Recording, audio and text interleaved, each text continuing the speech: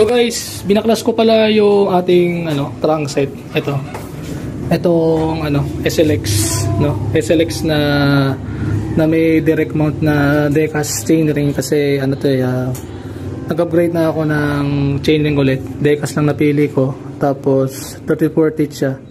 So ayan, nagsisimula na yung kanyang mga pagkagas-gas-gas. No? Ganyan talaga. Kasi ginagamit. Tapos ayan, 24mm din yung kanyang spindle. So mas magaan to kaysa dito sa tangke. Tsaka kung kahit anong brand ng Halotech. Except lang kay Shimano. Kasi SLX is not just only a entry level, no. So na to kumbaga nasa kalakit na ka na. SLX ka na I think titanium yung spindle na to. Ito yata aluminum. So mas siguro sa arm lang sila nagkaiba. Sa arm siguro nito magaan yung SLX. Tapos naka tayo, submit na na pedal. So may alog na rin niya konti. Gano'n talaga. Tapos ito, medyo mas siya, mabigat siya. Mabigat ng konti. Ayan. Tapos yung kanyang bolt pala is size 8. 6, 5, 6, 7, 8, 9. Size 9 to.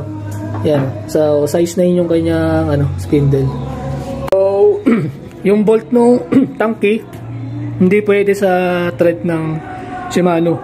So pagka sinabi nating bolt type, meron tayong tinatawag na sa Shimano kasi ang bolt type nila is pa rin tawag dito, symmetrical pa rin, pero yung chainring nila is 9496 BCD. Yon. Pero sa mga hindi Shimano brand, 104 BCD ang chainring nila.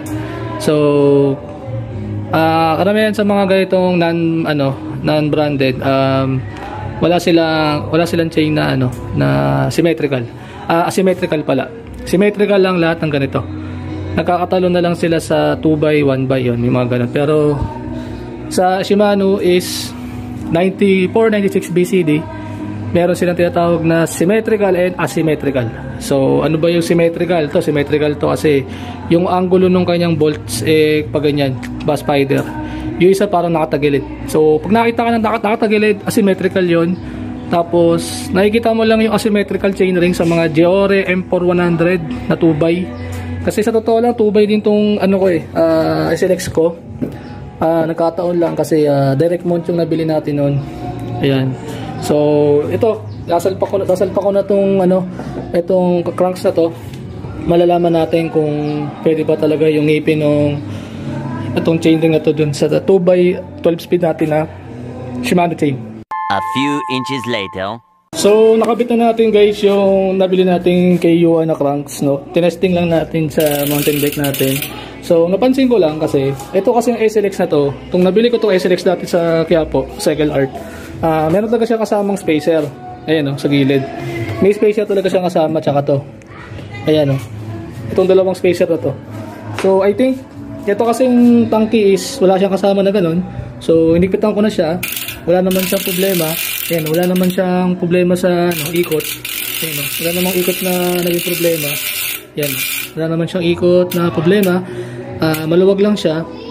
Ang bottom bracket natin is Shimano pa rin. Yung pa rin, yung black. Yon. Tapos ang kanyang bolt type is size 9. 9 yung size ng cranks nung Allen type dito. So stock lang to, plastic lang to. Ito size pa rin to. Size 5 pa rin yata to. Ayun, size 5 pa rin. Size 5 pa rin yung Allen niya. So wala, hindi na kailangan ng ganito kasi swak lang naman to. So nung binaon ko lang to dito, kinabit ko na. So wala naman naging problema.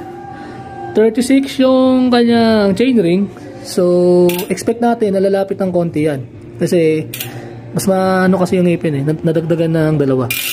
So wala naman kasing 35 na chainring. So ngayon lang ako nakaranas magkabit ng Ngayon lang ako nakaranas magkabit ng 4 bolts na chainring na pwede yung yung chain natin na Shimano. Yan. So, 'di ba? Medyo awkward tignan kasi yung bike natin black Tapos ngayon mapupunta ngayon. Titingnan natin na lang, violet na. So, 'yun. So ayan na yung kinalabasan ng ano natin. Pansin nyo rito, naka 3060 tayo dito. Tapos dun sa cranks natin ay sa Ace 3040. So nagbawas tayo ng kadena. Doon na tayo nagpagawa kila Kuya Virgo tayo nagpakagawa ng bike noon time na yon. So ito, naka 36 teeth tayo. So parang wala naman na bago dun sa chain. Mukhang ganun pa rin naman. Ganun pa rin. Tapos yan, may clutch naman yan. Gaganon mo lang yan para hindi pag nagtitrail ka hindi So yan, natin, unclutch natin para umano. Ayun. So ganun pa rin. So yung Ragusa chain ring natin na 4 bolts 104 BCD. Pang pang 12 speed yung kanyang ang kanyang ipin. Kasi ang chain kasi ng 12 speed, kung i-compare mo sa chain ng 8.7 is hindi sila magkakaparehas kasi mas manipis to. So hindi ako naniniwala doon kay Kuya sa Tumana na nasa nagtotono yan. Hindi talaga minsan compatible yan. Kaya pag bumili ka ng group set, may kasama ng kadena yon. So hindi pwede yung chain ni 12 speed or hindi pwede yung kadena hindi pwede yung 12 speed na kadena sa 8 speed na sprocket or chain ring. Baka hindi yung kasi pag dati bumili ako ng MT300 na crankset, pagpadya ko ng bike, ayan, pinadya ko yung bike ko. Nung bumaba siya, lumuluwa na dito yung kadena. Mukhang lumalabas. So hindi daw pwede. Pag pinilit daw kasi yon, sira yung RD. Sabi ni Tatay Felix. So yun. So ang ganda ng cranks bago ni Yuan. So makakatulong sa kanya to sa pagpapagaan ng bike niya. So bukas tinidor na lang. Kung tutusin, kaya ko to ibigay sa kanya kaso nanghinayang ako. Kaso gusto kasi rigid fork. Tapos yung in-order natin sa Lazada na ganito, walang dumating ngayon. Doon ako nagbabatrip kasi binare na to na uka. Kaya pata natin ng bago. Hanggang doon na lang guys yung vlog natin. So sana matuwa kayo sa episode natin ngayon. So ganito na yung vlog natin guys. Magbibigay tayo ng bagong upload pag kakabit na yung cranks niya sa bike niya mismo. So bukas hintayin na lang natin yung rigid fork na Ragusa na steel. Kasi yun lang yung budget natin. Kasi bibili pa tayo ng cranks niya. So dami tayong gastos kung gano'n. So hanggang dito na lang yung vlog natin guys. Peace.